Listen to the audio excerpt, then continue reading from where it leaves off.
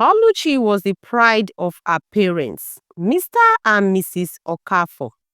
She was born into a devout Christian family where prayers were as important as food, and Sunday services were a family tradition.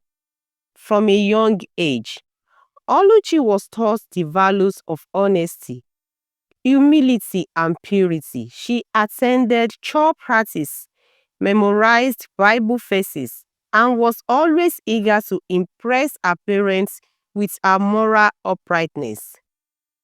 Her parents believed that Oluchi was destined to be a shining light in their family.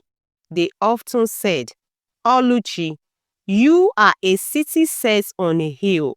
Let your light shine before men. Little did they know that their beloved daughter would one day stray far from the paths they so carefully laid for her. When Oluchi gained admission into Harmony University, her parents were overjoyed. They believed it was the reward for her diligence and faith. Go and make us proud, her father said, blessing her with prayers and a small Bible he had underlined with verses about wisdom and obedience. At first, Oluchi was the perfect student. She attended church on campus, joined the Christian Union, and even led fellowship prayers. But university life was filled with temptations. Before long, Oluchi found herself drawn to the allure of freedom. Her roommate, Amanda, was a bold and outgoing girl who introduced Oluchi to a different world, a world of late night parties, expensive clothes, and flashy lifestyles. Amanda would say, Oluchi, this life is too short to be boring. Let's enjoy it while we can. At first, Oluchi resisted, but soon her curiosity got the better of her. Oluchi began sneaking out to parties. She learned to dance, smoke, and even engage in hookups with rich men who showered her with gifts. She told herself it was harmless fun, just a phase she would outgrow, but the deeper she sank, the harder it became to pull back. When Oluchi returned home for holidays, she transformed into the sweet church-going girl her parents adored. She hid her expensive clothes, wore long dresses, and spoke softly. Her parents never suspected a thing. To maintain her facade, she instructed her friends to dress modestly if they ever visited her home. Her parents are strict, she would say, laughing nervously. Her friends thought it was hilarious. Oluchi, the church girl, they teased, unaware of the secret weight she carried. One fateful semester, Oluchi met Alaji Bako, a man whose wealth and charisma were legendary. Alaji drove the latest cars and was known for his extravagant lifestyle. Amanda introduced them, and Alaji immediately took a liking to Oluchi. He promised her the world, money, trips, and luxury. Oluchi knew something about Alaji felt off. People whispered about his shady dealings, but she ignored the warnings. What do I care where his money comes from? She thought. All she saw was the glittering life he offered. One evening, Alaji invited Oluchi to a private dinner at his mansion. You will love it, he said with a charming smile. Despite her initial hesitation, Oluchi agreed. The mansion was vast with tall gates and guards at every corner. As Oluchi stepped inside, she felt a strange chill run down her spine. The dinner was lavish, with gold-plated dishes and exotic food. Alaji was charming as always, but his eyes held an intensity that made Oluchi uneasy. When the dinner ended, Alaji offered to show her around the mansion. As they walked, Oluchi noticed strange symbols carved into the walls. Suddenly, a group of masked men appeared, and before she could scream, they grabbed her. "Let me go!" Oluchi shouted, struggling against their grip, but her cries were met with silence. She was taken to a dark windowless room and tied to a chair. Aladdin stood before her, his face devoid of the warmth he had shown earlier. "You've been chosen," he said coldly. "7 days from now, your life will secure my wealth." Oluchi's heart pounded as she realized she has been lured into a deadly trap. Back at school, Oluchi's friends noticed her absence. Amanda, worried and guilt-stricken, raised the alarm. The news spread quickly, reaching the school authorities and Oluchi's parents. Mr. and Mrs. Okafor were devastated.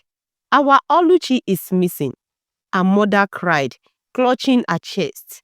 They reported her disappearance to the police and began searching tirelessly. But their greatest weapon was prayer. "God, wherever she is, confuse her enemies and bring her back to us." They prayed day and night, gathering friends and church members to intercede on Oluchi's behalf. Meanwhile, in Alaji's mansion, Oluchi was desperate. She spent her days pleading for mercy and her nights crying herself to sleep. But one thing kept her going: the memory of her parents' fates. In the dark room, Oluchi began to pray, "God, if you can hear me, please save me. I know I've strayed, but don't let this be my end." Unknown to her parents' prayer were already shaking the heavens. The night before Oluchi was to be sacrificed, strange things began to happen in Alaji Bako's mansion. The guards stationed outside started hearing whispers in the wind, soft voices calling their names. They looked around but saw no one. One of the guards swore he saw shadows moving on their own, dancing across the compound. Inside, Alaji sat in his luxurious living room, going through the final rituals required for the sacrifice. As he chanted incantations from an ancient book, the candles around him began flickering uncontrollably. He paused, a cold sweat breaking out on his forehead. "What is happening?" he muttered, his voice trembling slightly.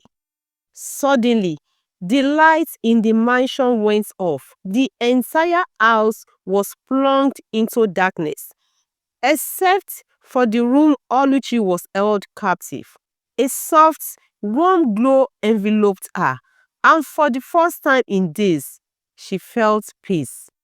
Alaji tried to proceed with the rituals, but every time he spoke a word, his voice echoed back at him, louder and distorted. It was as if the house itself was rejecting his actions.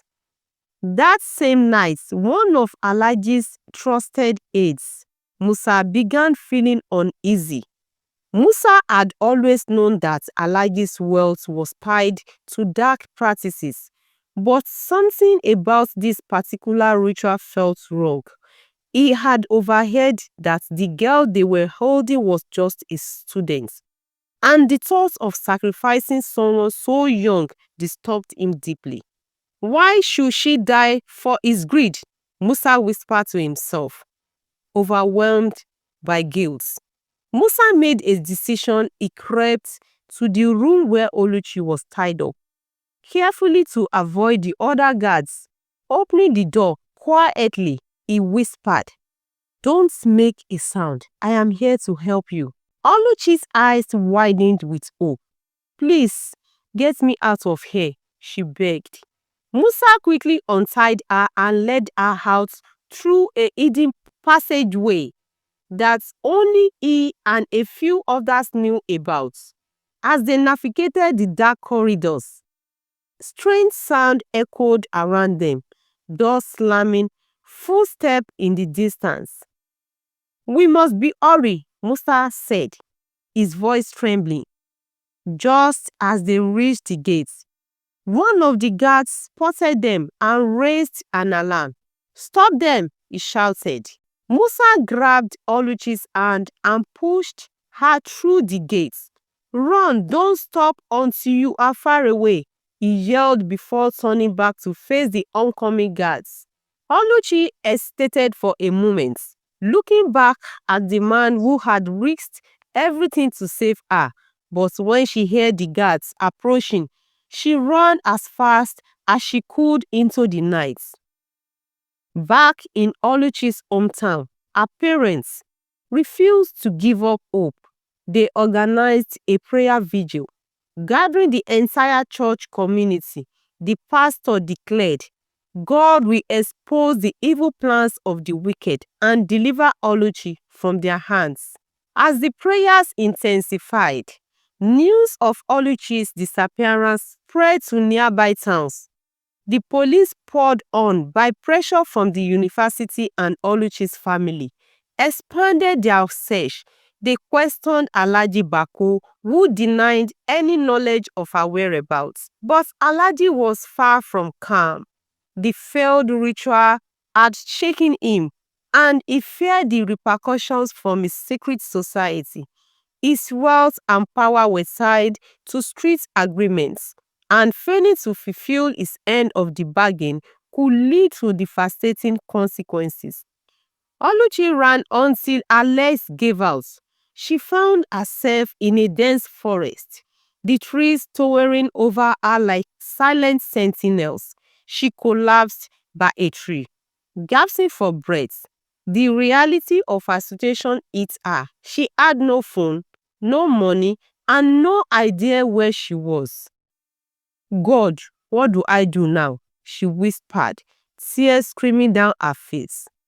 Just then, she heard footsteps approaching. Panicking, she hid behind a bush, her heart pounding. A figure emerged, a tall man holding a lantern. He looked around, calling out, "Who is there?" Oluchi hesitated but then decided to refuel herself. "Please, I need help," she said, stepping out of her hidden spot. The man looked at her with concern. "What are you doing here? This forest is dangerous at night. I was kidnapped," Oluchi said, her voice trembling. "I escaped, but I don't know where I am." The man introduced himself as Ezekiel, a hunter who lived on the outskirts of the forest. "Come with me. I will take you to my home," he said. Ezekiel's home was a small, humble hut. He gave Oluchi food and water and allowed her to rest. The next morning, he offered to take her to the nearest police station. Meanwhile, back in Alaji's mansion, chaos reigned. The guards who had failed to stop Oluchi's escape were punished severely. Alaji, desperate to salvage the situation, consulted with the elders of his secret society. "The girl escaped, but she won't get far," one of the elders said. "Find her or your wealth will crumble." Unknown to them, Oluchi's parents and their church were still praying fervently. That morning, during a prayer session, the pastor suddenly declared, "I see light in the darkness. Oluchi will return home safely, but we must not stop praying." As Ezekiel led Oluchi to the nearest police station, she couldn't shake the feeling that they were being followed. The forest seemed eerily silent, the usual sounds of birds and rustling leaves replaced by an oppressive stillness. "Are you sure we are safe?" Oluchi asked, her voice barely above a whisper. Ezekiel glanced over his shoulder, gripping his machete tightly. "Stay close to me. We'll be out of here soon." Unknown to them, Alaji Bako had sent his men into the forest to find Oluchi. They moved swiftly, determined to capture her before she could expose Alaji's secrets. Oluchi and Ezekiel finally emerged from the forest onto a dusty road. Relief washed over her, but it was short-lived. From a distance, she spotted a black SUV speeding towards them. "They found us," she cried, panic rising in her chest. Ezekiel grabbed her hand. "Run!" he shouted, pulling her towards a nearby village. The SUV skidded to a stop, and two men jumped out, shouting. Ezekiel and Oluchi ran through the narrow paths of the village, weaving between huts and starved villagers. "Help us!" Ezekiel shouted to anyone who would listen. The villagers, seeing the desperation on their faces, quickly blocked the path with carts and benches. The men from the SUV struggled to navigate through the obstacles, giving Oluchi and Ezekiel a chance to slip away. They finally reached a small police outpost at the edge of the village. Ezekiel banged on the door, shouting for help. A weary-looking officer opened it, his eyes widened as he saw the terrified pair. "Please help us," Ezekiel said. "The men are after her." The officer quickly ushered them inside and blocked the door. "You are safe now," he assured them. Back at home, Oluchi's mother had a vivid dream during one of their prayer sessions. In her dream, she saw a hunter guiding Oluchi through a dense forest and into a small village. She also saw a black SUV and heard voices shouting in anger. When she woke up, she was filled with a strange sense of urgency. "God is showing me something," she said to her husband. "We need to tell the police to search the villages near the forest." Mr. Okafor, though skeptical, agreed to follow her instincts. They contacted the police and shared what she had seen in her dream. At the police outpost, Oluchi finally felt safe enough to tell her story. She recounted everything: how she met Alaji Bako, the events leading up to her kidnapping, and her escape. The officers listened intently, their expressions growing more serious with every word. "This Alaji Bako, we've had suspicions about him for years," one officer said, "but we've never been able to gather enough evidence to act." Another officer added, "If we can apprehend him and his men, this could be a breakthrough." The police wasted no time. They sent word to their headquarters, organizing a raid on Alaji's mansion. They also contacted Oluchi's parents, who were overwhelmed with relief upon hearing that their daughter was alive. When Mr. and Mrs. Okafor arrived at the outpost, they found Oluchi sitting on a bench, her face pale and her eyes red from crying. Oluchi, her mother, cried, rushing to embrace her. "Mom, Dad, I am so sorry." Oluchi sobbed, clinging to them. Mr. Okafor, who had always been a pillar of strength, broke down in tears. "Thank God you are alive," he said, his voice trembling. Oluchi's guilt weighed heavily on her as she saw the pain her actions had caused her parents. "I've made so many mistakes," she said, her voice barely audible. "We'll talk about that later," her mother said gently. "For now, we are just grateful you are safe." Meanwhile, the police conducted a well-coordinated raid on Alaji Bako's mansion. They arrested him and several of his associates, uncovering evidence of his involvement in human trafficking and ritual practices. The news spread like wildfire, and Alaji's fall from grace sent shockwaves through the community. For years, he had been untouchable, but his crimes had finally caught up with him. Though Oluchi was safe, her journey was far from over. Her parents brought her home, but the house no longer felt like heavens it once was. The guilt of living a double life and the trauma of her kidnapping left her feeling hollow. Her mother tried to comfort her. Oluchi, God gave you a second chance. Use it wisely. But Oluchi wasn't sure if she deserved it. Could she truly leave her past behind?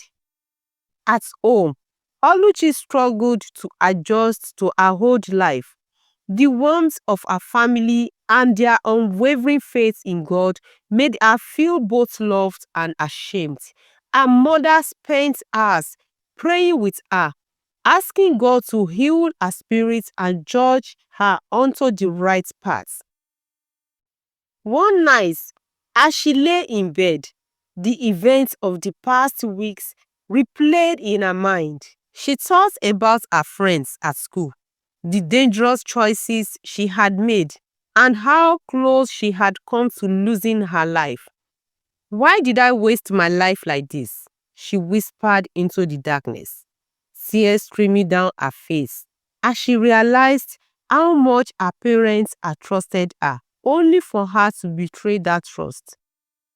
Oluchi got out of bed, knelt down, and for the first time in years, prayed sincerely, God, I don't want this life anymore. Please help me to change. The next morning, Oluchi sat her parents down and confessed everything she told them about her life at the university, her bad friends, the hookups, and her lies. She spared no details, even though it ought to see the disappointment on their faces. Her father sighed deeply, but placed a hand on her shoulder. Oluchi, we are hurt, but we are so grateful that you are alive. God has given you another chance. What matters now is what you do with it. Her mother added, you must distance yourself from those friends and focus on becoming the woman God created you to be. It will be hard, but we are here to support you. Back at school, Oluchi made the difficult decision to cut ties with her old friends. She avoided the places she used to frequent, clubs, bars, and the apartments of her wealthy clients.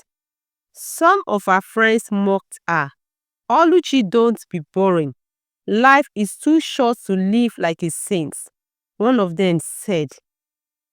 But Oluchi stood her ground. I've had enough of this life. It almost cost me everything, and I am not going back. She joined a Christian fellowship on campus, where she met other students who helped her grow in her faith. Slowly, she began to rebuild her life, focusing on her studies and her relationship with God.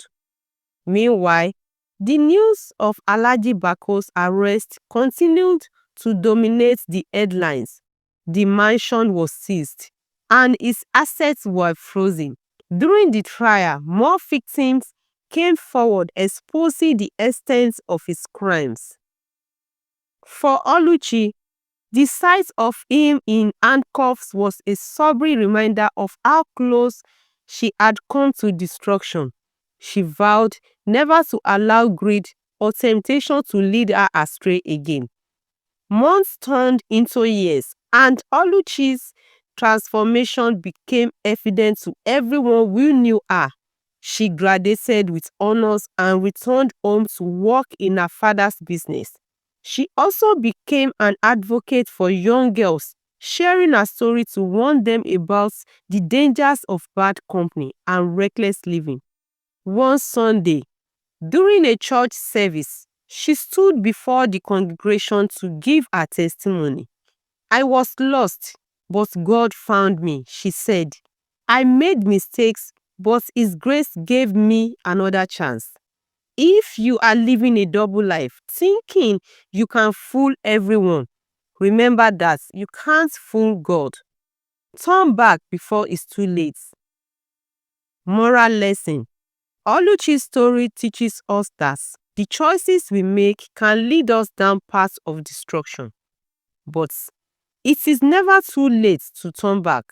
Bad company corrupts good character, and no matter how far we stray, God's grace is always sufficient to bring us home. Stay true to your values, avoid temptations, and trust God to guide your steps.